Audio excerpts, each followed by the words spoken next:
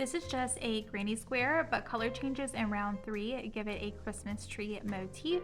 Let me show you how to make one.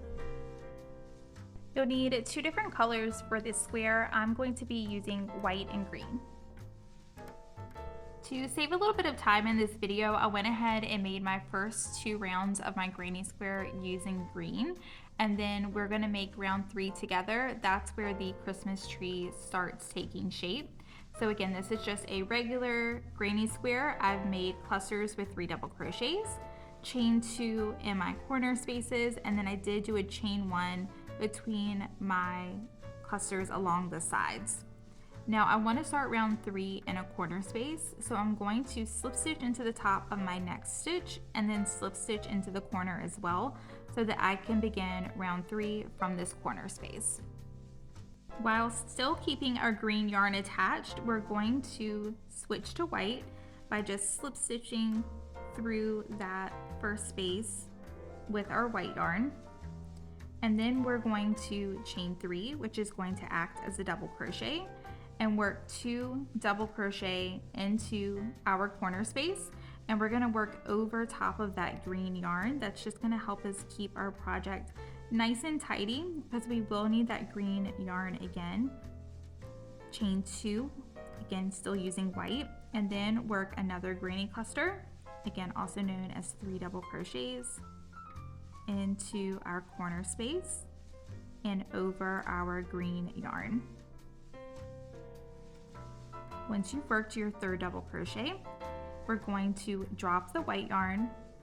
You'll pick up the green yarn, which you've ran behind your white, and work a chain 1 with green. Now we are going to be working into this space along the side. We're going to be working into the space and over that white yarn, and we're going to work a granny cluster with our green yarn. Once you've worked your 3rd double crochet, let's go ahead and drop the green, pick up the white, and make our chain 1 with white, and then we're going to work white into our next corner and over top of that green yarn. And we're going to work a granny cluster. So 1, 2, 3 double crochets, chain 2, and work 3 more double crochet again into that same chain 2 space and over the green yarn.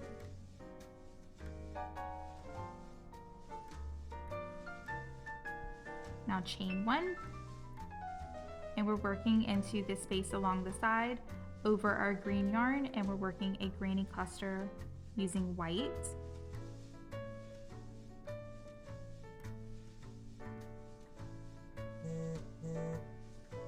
Chain 1, then we're going to drop our white yarn, pick up our green yarn, make a chain 1, and into our next corner space we're going to use our green yarn, and we're going to be working into that chain 2 space and over top of our white yarn. We'll work a granny cluster,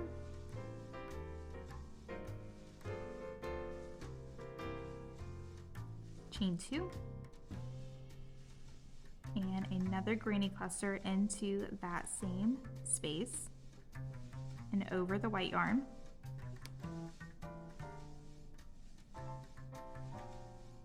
Okay, now we'll chain 1, work a granny cluster using green into our next space and over the white yarn.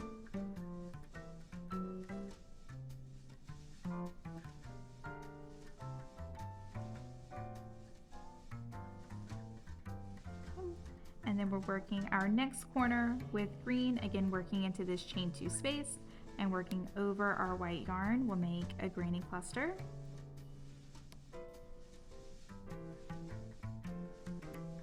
So again, 3 double crochets to make the cluster, chain 2, and we'll make another granny cluster again into that same space and over the white yarn. This will be the last bit of green in this round. Once you've finished your cluster, to make your corner, you'll chain 1, drop the green, switch back to white, and we're done with green except for the border if you choose to make one. So I'm going to go ahead at this point and cut my green yarn and then just use white. Right into that next chain 2 space, chain 1 space, we'll work our granny cluster in white.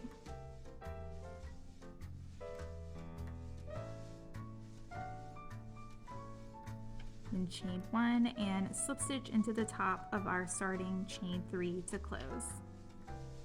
And that's it. This is super easy. That is your granny square.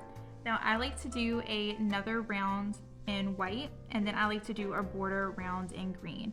So to do so, I'm just going to slip stitch over into my corner space. I like to start my next round in the corner always. I'm going to work 1 round of granny using white. When you come to a space in the previous round where you switch colors, as you're working your cluster into those space, go ahead and work under those yarn where it crisscross.